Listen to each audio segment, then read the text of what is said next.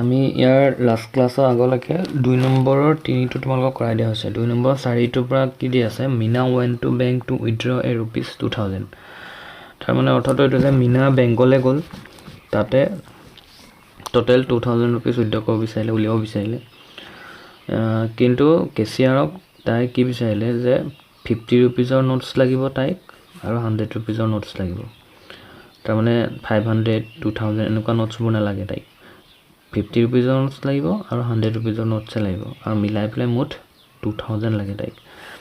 এতিয়া কিন্তু তাই 25টা নোট পালে 25টা নোট মিলাই পেলাই পালে মানে 50 rupees আৰু 100 rupees মিলাই পেলাই কেটা নোট দিলে 25টা নোট তবে 25টা নোটত 2000 টকা হ'ব মানে তাৰ ওচৰত যেৰে 25টা নোট আছে 25টা নোটত মিলাই 2000 টকা হ'ব এতিয়া 25টা যে নোট দিছে তাৰ ভিতৰত 50 rupeesৰ নোট আৰু 100 rupeesৰ নোট কেটা আছে হেতু আমি উলিয়াব লাগে ঠিক আছে এতিয়া আমি নাজানো ধৰি লৈছো let the rupees 50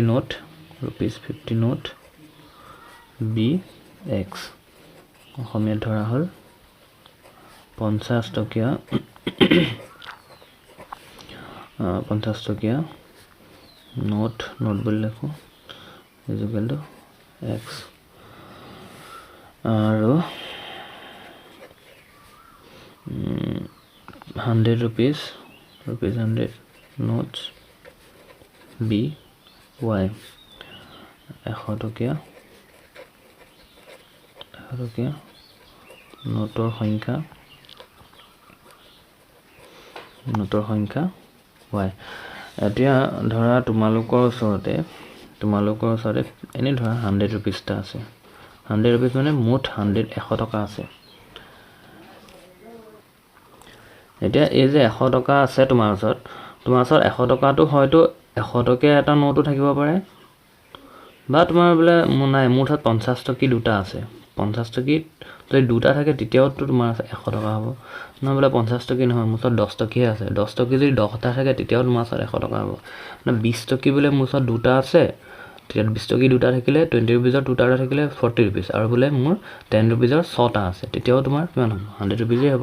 তাৰমানে এতিয়া সেই কোৱেশ্চনটো সুধিছে যে টোটাল 2000 rupees আছে হয় কিন্তু তাৰ 50 rupees আৰু 100 rupees নোট আছে এতিয়া তাৰ ভিতৰত কেইটা 50 rupees নোট আছে কেইটা 100 rupees নোট আছে উলিয়াব লাগে গতিকে হেতু কাৰণে আমি নাজানো কাৰণে x আৰু y ধৰি ললো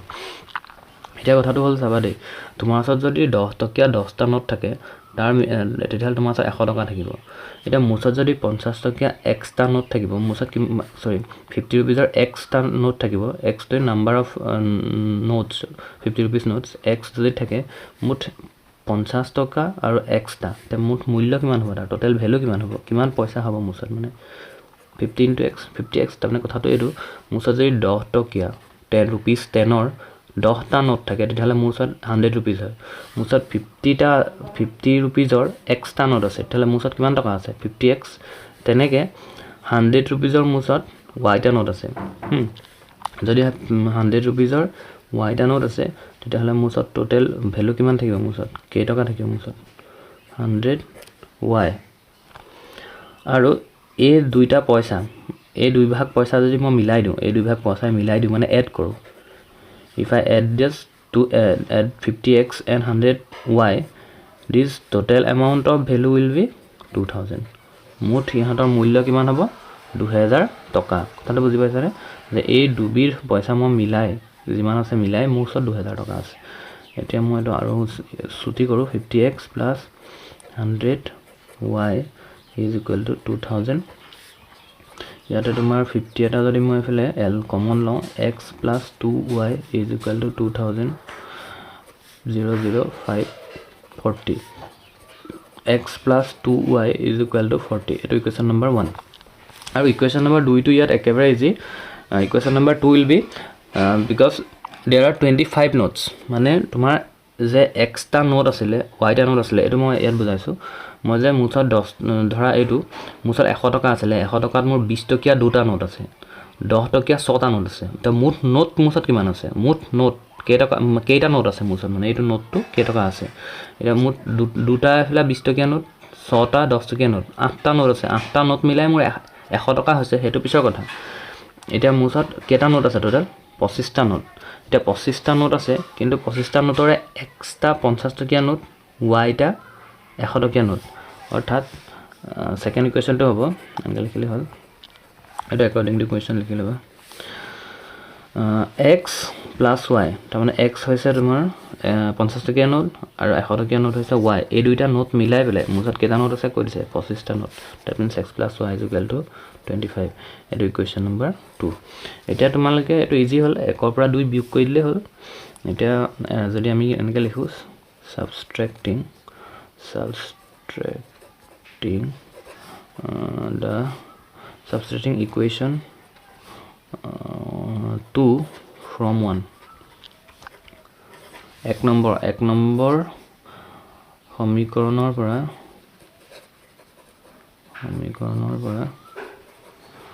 2 নম্বৰ সমীকৰণ বিয়োগ কৰি পাওঁ তাক কিমান পাম চাম দেই এক নম্বৰ সমীকৰণ আছিল x + 2y = 40 এটা আছিল x + y = 25 বিয়োগ কৰিছো নহয় ইয়াৰ চিনটো বিয়োগ হ'ব এটোটো গুচি গ'ল এটো থাকিলে y আৰু এটো থাকিলে তোমাৰ 25 15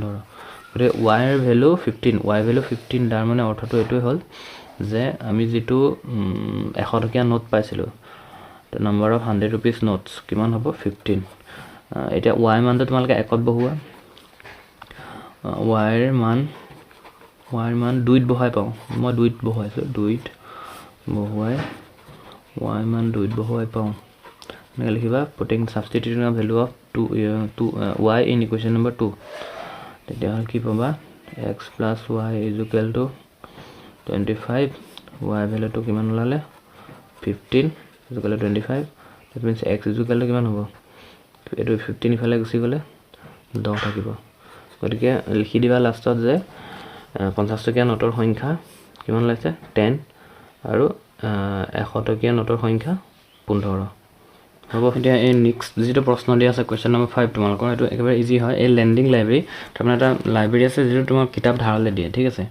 আৰু প্ৰথম যদি 3 দিনৰ কাৰণে ৰাখা তেতিয়া হলে 3 দিনৰ কাৰণে তোমাৰ এটা ফিক্স চাৰ্জ থাকিব তাৰ পিছত যদি এদিনও তোমাৰ দেৰি হয় তেতিয়া হলে তাৰ প্ৰতিদিনৰ কাৰণে তোমাৰ এক্সট্ৰাকে আকৌ পইচা দি থাকিব লাগিব এটা সৰিঠাই টোটাল কিমান দিলে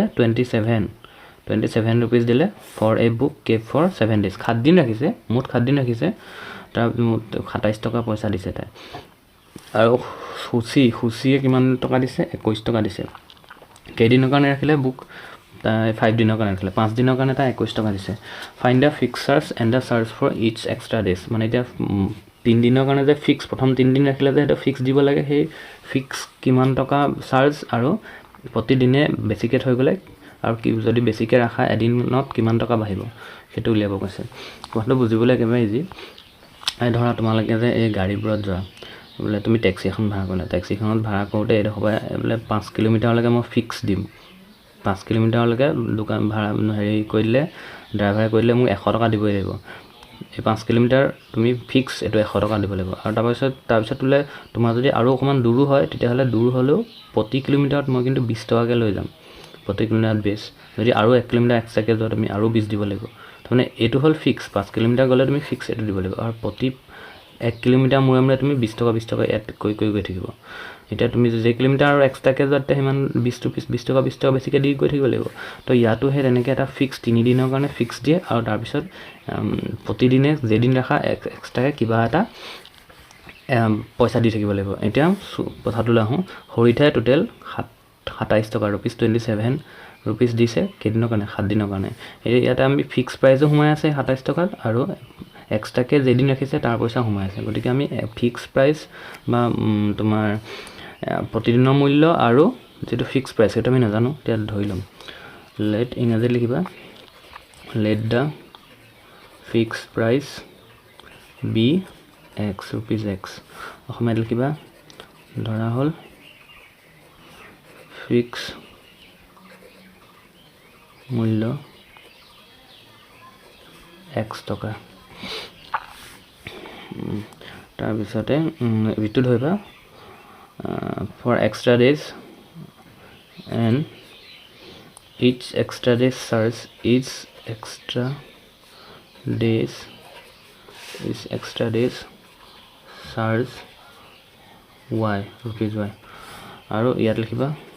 প্ৰতিদিনৰ মূল্য অতিৰিক্ত লিখিবা প্ৰতিদিনৰ মূল্য y টকা এতিয়া চৰিটাৰ মুঠ 27 টকা যে হৈছে তাত এটো সোমাই আছে তাৰমানে প্ৰথম 3 দিনৰ কাৰণে খৰিঠা কিমান দিব লাগিব প্ৰথম 3 দিনৰ কাৰণে খৰিঠা দিব লাগিব x টকা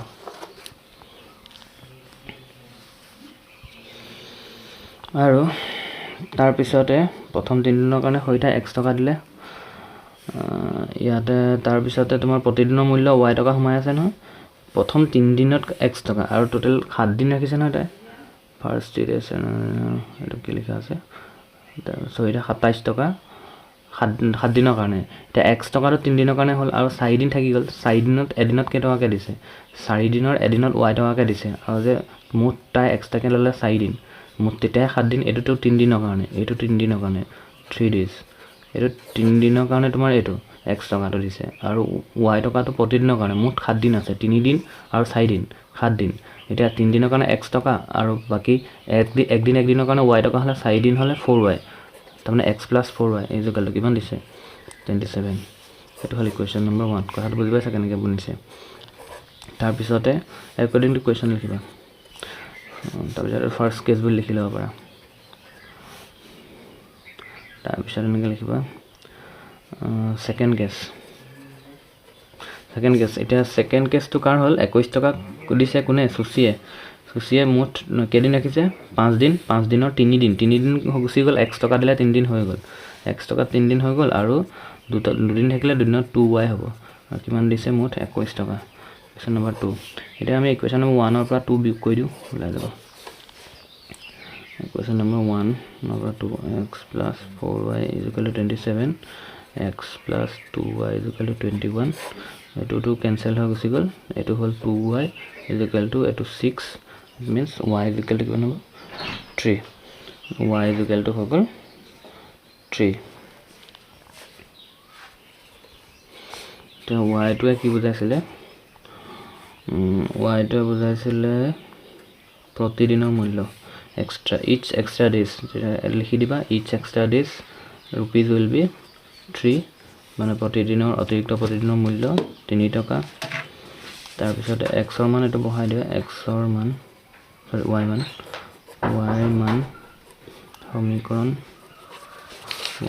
সমীকৰণ দুইত বহুৱাই পাওঁ আৰু ইংৰাজীত লিখিবা substituting the value of y in equation number 2 x + 2y = 21 গতিকে x ৰ মান লাগে 2y টো ইফালে গুচি যাব 21 - 2 * y মান কিমান ললে 3 তাৰমানে 21 - 6 15 ফিক্স মূল্যটো তাই 15 টকা আছিল আৰু প্ৰতিদিনৰ মূল্যটো 3 টকা এনে কৰিলে হৈ যাব ঠিক আছে এটো চেপ্টাৰ তোমালকে এক্সাৰসাইজটো হৈ গল নেক্সট আমি এটা মেথড পঢ়িম যেটো তোমালকে একচুয়ালি এতিয়ালৈকে কি পঢ়ি আছিলা চোৱা দুটা ইকুৱেশ্যন বা দুটা সমীকৰণ কেনেকৈ সমাধান কৰে কেনেকৈ সলভ কৰে খেদুৰা পঢ়ি আছিলা আমি ফাৰ্স্ট পাইছিলো গ্ৰাফিক্যাল মেথড বা অঙ্কন পদ্ধতি তাৰ পিছত পালা তোমালকে সাবস্টিটিউশন মেথড বা প্ৰতিস্থাপন পদ্ধতি তাৰ পিছত পাইছা তোমালকে আৰু এটা মেথড কি পালা অপনয়ন পদ্ধতি বা এলিমিনেশন মেথড মানে কি একচুয়ালি পদ্ধতিবোৰ দুটা ইকুৱেশ্যনে থাকিব তোমাৰ পেয়াৰ অফ লিনিয়াৰ ইকুৱেশ্যন খালি তোমালকে সলভ কৰা বেলেগ নিয়ম পাইছা নেক্সট আৰু এটা নিয়ম আছে এটো লাষ্ট নিয়ম এটো কয় ইংৰাজীত ক্ৰছ মাল্টিপ্লিকেশন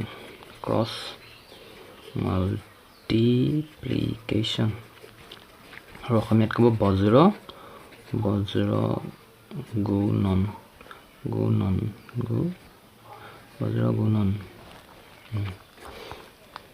গুণন পদ্ধতি যদি স্পেলিং ভুল আছে চাই লবা দেই বজ্ৰ গুণন হ'ব লাগে বজ্ৰ গুণন পদ্ধতি এতিয়া এই মেথডটোত বা এই প্ৰক্ৰিয়াটোত কি হয় চাবা ধৰা যিকোনো দুটা সমীকৰণ মানে তোমালোকৰ জেনাৰেল ইকুৱেশ্যনটো পেয়াৰ অফ লিনিয়াৰ ইকুৱেশ্যনৰ জেনাৰেল ইকুৱেশ্যনটো কি আৰহিটো কি হয় a1x + b1y জানা নহয় c1 = 0 এইটো সাপোজ ফার্স্ট ইকুয়েশন মানে জেনারেল ইকুয়েশনটো আদৰ r হিটো সেকেন্ড ইকুয়েশনটো আমি লিখো a2x + b2y + c2 = 0 এটা সবে জানা a1 a2 কি হয় coefficient of x in the both equation মানে দুইটা ইকুয়েশনতে a1 আৰু a2 দুইটা x ৰ কি হয় সহগ হয় b1 আৰু b2 কি হয় y ৰ সহগ হয় b1 and b2 is a b1 and b2 are the coefficient of y and c1 and c2 are the constant of the two equation তাৰমানে দুইটাৰে এইটো কি হয় ধ্ৰুবক এতিয়া আমি কি কৰি আছো একচুয়ালি সলিউশন যেতিয়া কৰো মানে সমাধান যেতিয়া কৰো ক্ৰস মাল্টিপ্লিকেশন পদ্ধতি হওক বা বজ্ৰগুণন পদ্ধতি হওক যেনেকৈ নহওক আমি পদ্ধতিটোৰ সহায়ত আমি x আৰু y মান উলিয়াও হেতুৱে হল সমাধান কৰাৰ নিয়ম মানে সমাধান কৰা মানে তোমালকে হেতু বুজিব লাগিব x আৰু y মান উলিয়াব লাগিব এটা এটুত আমি কৰাৰ পদ্ধতি আগতে কেনেকৈ পাতিলাম গম পাইছা না এইটো বেলেগ বিয়োগ চিয়োগ কৰি দিব নালাগে এইটো এটা কাম কৰিব লাগিব ইয়াত তুমি x পাতি ললা y পাতি ললা আৰু এফালে তুমি 1 পাতি ললা ঠিক আছে এটা কেলে পাতিছা এইটো চাবা দেই কিয়া x ৰ লগত যিকিটা আছে কি আছে x ৰ লগত a1 আৰু a2 x ৰ লগত যিকিটা আছে সেইকিটা বাদ দিয়া x ৰ পিছত x ৰ কাৰণে x ৰ পিছত কি থাকিব ইয়াত y থাকিব ইয়াত c1 আছে এটা চাবা y লগত একদম ইজি হয় y লগত কি আছে b1 ওপৰটোৰ লগত এটো পূৰণ কৰিবা তাৰ মানে কি b1 পূৰণ c2 তাৰ পিছত বিয়োগ মাইনাস সাইন দিবা b2 লগত c1 ক্ৰস কে মাল্টিপ্লাই কৰিবা b2 লগত c1 ঠিক আছে এটা মই কৈ গৈছো এটা নিয়মটো মানে এটা y তলত আমি কি পাতিম চাবা y টো এডখৰ ৰাখি ললা এটা y টো যদি এডখৰ ৰাখি ললা এফালে y টোৰ লগত b1 আৰু b2 আছে এটা আমি কনসিডাৰ নকৰো এটা নধৰো ইয়াত কি থাকিলে c1 থাকিলে আৰু যদি চোৱা c1 ৰ এফালে তো 0 আছে এফালে c1 0 নাই একচুয়ালি এই বস্তু দুটাকে এফালে তোমালকে ইজিকে এডখৰ পাতিবৰ কাৰণে সাইডত পাতি ললা c1 ৰ লগত তেতিয়াহলে পূৰণ কাৰ হ'ব ক্ৰস কে a2 কাৰণ a1x আৰু a2x মানে এনেকে ইয়াত থাকিলেও কৰিব পাৰি তোমালকে এটা কৰিব পৰা হোৱা নাই তোমালকে শিকিছাহে গতিকে ইমাজিনেশনটো অহা নাই গতিকে মই এইটাকে এডখন নাই এডখন আছে বুলি ধৰি লৈছো তে b1 ৰ কাৰণে সৰি y কাৰণে y2 ৰ লগত যিকিটা আছে কিটা বাদ দিলা c1 ৰ লগত a2 মাল্টিপ্লাই হ'ব c1 a2 minus c2 a1 এটা 1 ৰ কাৰণে 1 কাৰ কাৰণে ধৰিছো ইয়াৰ কাৰণে c1 আৰু c2 ৰ ওপৰত 1 আছে বুলি ধৰিছো এটা a2 কাৰণে বাদ দিলে এতিয়া কি থাকিব a1 ৰ লগত b1 পূৰণ হ'ব সৰি a1 ৰ লগত b2 পূৰণ হ'ব আৰু মাইনাস a2 ৰ লগত b1 পূৰণ হ'ব a1 ৰ লগত b2 পূৰণ হ'ব মাইনাস a2 ৰ লগত b1 পূৰণ হ'ব এটাৰ মাজত ইকুৱেল সাইন আহিব এটা এইটানো কি কৰিলা এটা তোমালকে ওলাই গল উত্তৰ তোমালকে জানা নাই উত্তৰ ওলাই গল ঠিক আছে এটা তুমি তোমালকে একো ভয় খাবলৈ কথা নাই এইবোৰ কি লিখি আছে বুলি এইবোৰ কি লিখি আছে এটা চাবা দেই এতিয়া মই ফাৰ্স্ট তোমালকে এক্সাৰসাইজ এটা এক্সাম্পল কৰাই দিম আজি এটা এক্সাম্পলে কৰাম তোমালকে বাকি গুটেকিটা কৰিবলৈ পাৰিবা একদম ইজি হয় 3.5 কোৱেশ্চন নম্বৰ 1 টু দিছে কি তলত দিয়া কোনবোৰৰ এটা সমাধান আছে এটাও সমাধান নাই আৰু অসংখ্য সমাধান আছে which of the following linear equation has unique solution no solution and infinite many solution তাৰ কাৰণে তোমালকে a1 a2 b2 c1 c2 এটো উলিয়াই দিলে আগৰ নিচিনাকে জানে কৈছিলা ধৰা কোৱেশ্চনটো আছে x - 3y - 3 = 0 আৰু সেকেন্ড ইকুয়েশনটো আছে 3x - 9y - 2 = 0 এটা ফাৰ্স্ট ইয়াত a1 ফাৰ্স্ট a1 ৰ ভ্যালু কিমান বাৰ চোৱাচোন তোমালকে a1 ৰ ভ্যালু ইয়াত একো নাই মানে 1 তাৰ পিছত b1 ৰ ভ্যালু -3 c1 ৰ ভ্যালু -3 ঠিক আছে কাৰণ a1 ৰ ভ্যালুটো এটো পৰা আহে x ৰ লগত কোএফিসিয়েন্ট কি আছে x ৰ হেতু হল a1 y লগত কোএফিসিয়েন্ট কি আছে -3 মাল্টিপ্লাই হৈ আছে আৰু c1 ৰ প্লেছত -3 আছে a2 from second equation x ৰ coefficient of x 3 x ৰ সহগ তাৰ পিছত b2 to y ৰ coefficient -9 নহয় জানো আৰু c2 ইয়াৰ ডাইৰেক্ট -2 ঠিক আছে এইটা তোমালকে আগতে উলিয়াই লৈছা এটা no solution one solution and infinite many solution কেনেকৈ কৈছিলো if এটো বাৰ তোমালকে জানাই a1/a2 not equal to b1/b2 তেতিয়া হলে কি আছিল a1/a2 যদি কৈ চাও a1/a2 উলিয়াই চাওচোন 1/3 ওলাব হয়নে b1/b2 কিমান লৈছে চাই লও b1/b2 হল -3/-9 এটোত মাইনাস মাইনাস ক্যান্সেল 1/3 ওলাইছে c1/c2 কি ওলাইছে c1/c2 -3/-2 মাইনাস মাইনাস ক্যান্সেল গল 3/2 এটা সোয়া a1/a2 here ইয়াত a1/a2 is equal to b1/b2 but not equal to c1/c2 তে এটো কোন দখৰৰ কাৰণে নো সলিউশন বা এটাও সমাধান নাই তে এটাও তোমাৰ ইয়াত সলিউশন নাই মানে নো সলিউশন হ'ব আৰু যদি তোমাৰ নো সলিউশন হয় তেতিয়াহলে এটো আৰু কৰিব নালাগে x আৰু y ভ্যালু উলিয়াব নালাগে কাৰণ তোমাক কোৱেশ্চনটোত কৈছে যে যদি সমাধান আছে তেতিয়াহলে তুমি সমাধানটো কৰি দেখুৱা আৰু যদি সমাধান নাই তেতিয়াহলে তুমি সমাধান নাই যদি x আৰু y ভ্যালু ক'ৰ পৰা ওলাব x আৰু y ভ্যালু ইয়াত নোলায় কথাটো বুজি পাইছানে এতিয়া নেক্সট 2 নম্বৰটো চাও এটো মই 1 নম্বৰটো হৈ গ'ল বাৰু 2 নম্বৰটো মই কৈ চাও কাৰণ এতিয়ালৈকে আমি এই মেথডটো এপ্লাই কৰি পেলাই x আৰু y ভ্যালু উলিওৱাই নাই কাৰণ এটো নোলায় এটা 2 নম্বৰটো কোৱেশ্চনটো তোমালোকক দিছে 2x plus y is equal to 5 next দিছে 3x plus 2y is equal to 8 এতিয়া ইয়াতে তোমাৰ a1 ৰ ভ্যালু কিমান আছে আৰু a2 ভ্যালু ডাইৰেক্ট কৈ যাও দেই মই প্লাস তোমালকে a1 a2 b1 b2 c1 c2 এগুলা ভ্যালু উলিয়াই লবা a1 ৰ ভ্যালু কিমান আছে চোৱাচোন 2 আছে a2 ৰ ভ্যালু 3 আছে b1 ৰ ভ্যালু 1 b2 ৰ ভ্যালু 2 5 8 এটা এটো চাও a1 by a2 যদি কৰো a1 by a2 কৰিলে ডাইৰেক্ট আহিব 2 by 3 b1 by b2 1 by 2 এটো আৰু বেলেগ c1 by c2 নকৰিলো হয় আৰু c1 by c2 5 by 8 কাৰণ ইয়াত দেখা দেখিকে ওলাই আছে a1 by a2 here a1 by a2 not equal to b1 by b2 কাৰণ 2 by 3 is not equal to 1 by 2 a1 by a2 আৰু b1 by b2 সমান নহয় গতিকে প্ৰথম a1 by a2 যদি b1 by b2 সমাধান নহয় এটাৰ এটা সমাধান থাকিব তোমালোকে পাইছিলা ইয়াৰ এটা সমাধান থাকিব হয়নে এটা সমাধান থাকিব বা অদ্বিতীয় সমাধান থাকিব লিখিলে হল অদ্বিতীয় সমাধান থাকিব বা সলিউশনটো ইউনিক সলিউশন থাকিব কোৱেশ্চনটো ইউনিক সলিউশন এটা তাৰ কাৰণে যদি সলিউশন আছে এটাটো আছে ন সলিউশন নো সলিউশনটো হোৱা নাই তেতিয়াহলে তুমি ক্ৰস মাল্টিপ্লিকেশন মেথডত এপ্লাই কৰি বজ্ৰগুণন মেথড এপ্লাই কৰি তুমি কি উলিয়াব লাগে x আৰু y মান উলিয়াব লাগে এটা আহি যাম এটা মেইন কথাটো আহম কেনেকৈ উলিয়াম নাও এতিয়া কেনেকৈ উলিয়াম উই নো দ্যাট লিখি লবা x by কি কৈছিল মই এটো x ৰ জাগাত এটো a1 a2 হয় y জাগাত b1 b2 হয় আৰু c1 c2 সোয়া এফলে যদি আমি ইকুৱেশনটো লৈ যাও মানে এই ইকুৱেশনটো আমি স্ট্যান্ডাৰ্ড ফৰ্মত নাই আৰহিত নাই যদি আৰহিত লিখো ইকুৱেশনটো এনেকুৱা হ'ব ন ৰবা এটো মোৰ ভুল হৈছে c1 -5 হয় c2 -8 হ'ব কাৰণ আৰহিত যদি লিখো ইকুৱেশনটো এনেকুৱা হ'ব আৰহিত লিখিলে 2x + y - 5 = 0 3x + 2y - 8 = 0 যদি আমি স্ট্যান্ডার্ড এজ এ স্ট্যান্ডার্ড ফর্মত লিখো তেতিয়াহলে আমি 5 গিটা আৰু 8 গিটা ইফলে লৈ আহিব লাগে গতিকে ইয়াত c1 আৰু c2 ভ্যালুটো এনেকুৱা হ'ব বা এটো জিএন হওক এটো লগত মেটাৰ নকৰে কাৰণ ইয়াত অলৰেডি প্ৰথমতে নট ইকুৱেল হৈ গৈছে এতিয়া x ৰ লগত যিগিটা থাকে এটো a1 আছিল এটো a2 আছিল এটো b1 এটো b2 আৰু এটো c1 এটো c2 মই কৈছিলো x ৰ লগত থকা গিটা বাদ দিয়া কি আহিব এটো মনত আছে তোমালকে একদম হে ৰিপিটেডলি আগৰ দখৰ চোৱা b1 * কি আহিব c2 নহয় জানো b1 * c2 minus b2 * c1 তা y কাৰণে পাতি লবা এনেকে ওপৰত তেতিয়া খেলিমেন না লাগে y কাৰণে c1 মটো এতিয়া মই ডাইৰেক্ট কৰিব পাৰিম c1 * a2 minus c2 * a1 তোমালকে দুবাৰ তিনবাৰ প্ৰেক্টিস কৰিবা মই অথনি যোনটো দেখালো 1 by হলে কি হয় a1 * b2 minus a2 * b1 এটা এৰহলকে পাতি ললা এটা চাবা দেই এটা আহি গলা তোমালকে ভ্যালু পাতিবলে b1 ৰ ভ্যালু কিমান b1 ৰ ভ্যালু আগৰে উলিয়াই থৈছা 1 c2 ভ্যালু c2 -8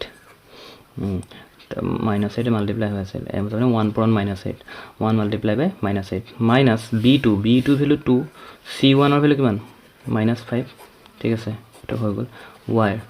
ৰ কাৰণে কি আহিব c1 ৰ ভ্যালু কিমান -8 c1 a2 ৰ ভ্যালু 3 minus c2 ৰ ভ্যালু c1 ৰ ভ্যালু -5 আছিল ন c1 ৰ ভ্যালু -5 into 3 c2 ৰ ভ্যালু -8 এটো মাইনাস তো মাইনাস আগৰে এটো -8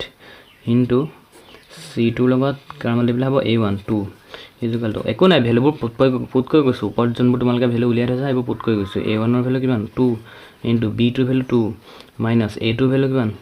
3 b1 ৰ ভ্যালু কিমান 1 ঠিক আছে এতিয়া তুমি এটা আৰু ইজি কৰা 1 into -8 -8 minus into minus plus 10 y by -5 into 3 -15 minus a plus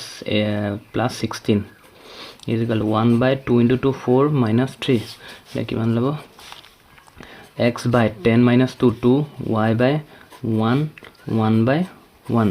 এতিয়া চাবা দেই এতিয়া কথাটো হ'ল কি এনেকৈ যেতিয়া আছে ইয়াৰ মিনিং এইটোৱে নহয় জানো চাবা ভালকৈ এইডোখৰত বুজিবা ইয়াত মিনিং থকাটো কি ছাপ'জ এনে মই বেলেগ এটা এক্সাম্পল দেখাইছোঁ ইফ এনে এটা এক্সাম্পল দেখাইছোঁ যদি a = b = c হয় তেতিয়াহ'লে a লগতো তুমি c লিখিব পাৰা বা তুমি b লগতো বেলেগে বেলেগে c লিখিব পাৰা বা বেলেগে বেলেগে a লগতো b লিখিব পাৰা তাৰমানে a = b = c যদি ইয়াৰ ভ্যালু 2 হ'ব ইয়াৰো 2 যদি 2 হয় ইয়াৰো 2 হ'ব লাগিব কাৰণ সব ইকুৱেল গতিকে তুমি ইয়াৰ লগত ইয়াৰ ইকুৱেল বেলেগকৈ লিখিলেও হ'ব বা এইটো লগত এইটো ইকুৱেল লিখিলেও হ'ব তেনেকৈ লিখিলেও হ'ব হয় নে নহয় এতিয়া এইটো আমি একেধৰণে কৰিম যদি x/2 y/1 ৰ লগত আৰু 1/1 ৰ লগত একে হয় যদি মই বেলেগকৈ লিখোঁ বোলে নহয় মই গোটেইকেইটা নিলিখোঁ x/2 = 1/1 এনেকৈ যদি লিখোঁ তেতিয়া লিখিলে হ'ব নাই এনেকৈ লিখিলে ভুল হ'ব নেকি ইয়াত একো নহয় ভুল ক্ৰছ মাল্টিপ্লাই কৰা এতিয়া এইটো লগত এইটো x * 1 = 2 * 1 দ্যাট মিন্স x ৰ ভ্যালু কিমান ল'লে 2 তেনেকৈ এগেইন বুলি লিখি ল'বা এতিয়া চোৱা x মান ওলাই গ'ল কেলে চোৱা x/2 লগত 1/1 কেলে ইকুৱেল কৰি দিলোঁ যদি x/2 লগত মই y/1 কৰি লওঁ তেতিয়াহ'লে x * 1 x = 2 * y তো x = 2y হ'ব তো আমাক দৰকাৰ নাই নহয় আমাক x আৰু y ৰ ভ্যালু লাগে স্পেচিফিকেলি এতিয়া y ৰ কাৰণে আমি কি কৰিম y/1 = 1/1 পাতি ল'ম কাৰণ y/1 টো ইয়াৰ লগতো ইকুৱেল হ'ব গতিকে ক্ৰছ মাল্টিপ্লাই কৰা 1 y * 1 = 1 * 1 দ্যাট মিন্স y = 1 তো x আৰু y ভ্যালু এনেকৈ পাই গ'লা গতিকে এই যোনটো মেথড এই মেথডটোক আমি ক্ৰছ মাল্টিপ্লিকেশ্যন বা বজ্ৰকৰণ বুলি ক'ম ইয়াৰ পিছত তোমালোকে যিমানখিনি পাৰা নিজে কৰি চোৱা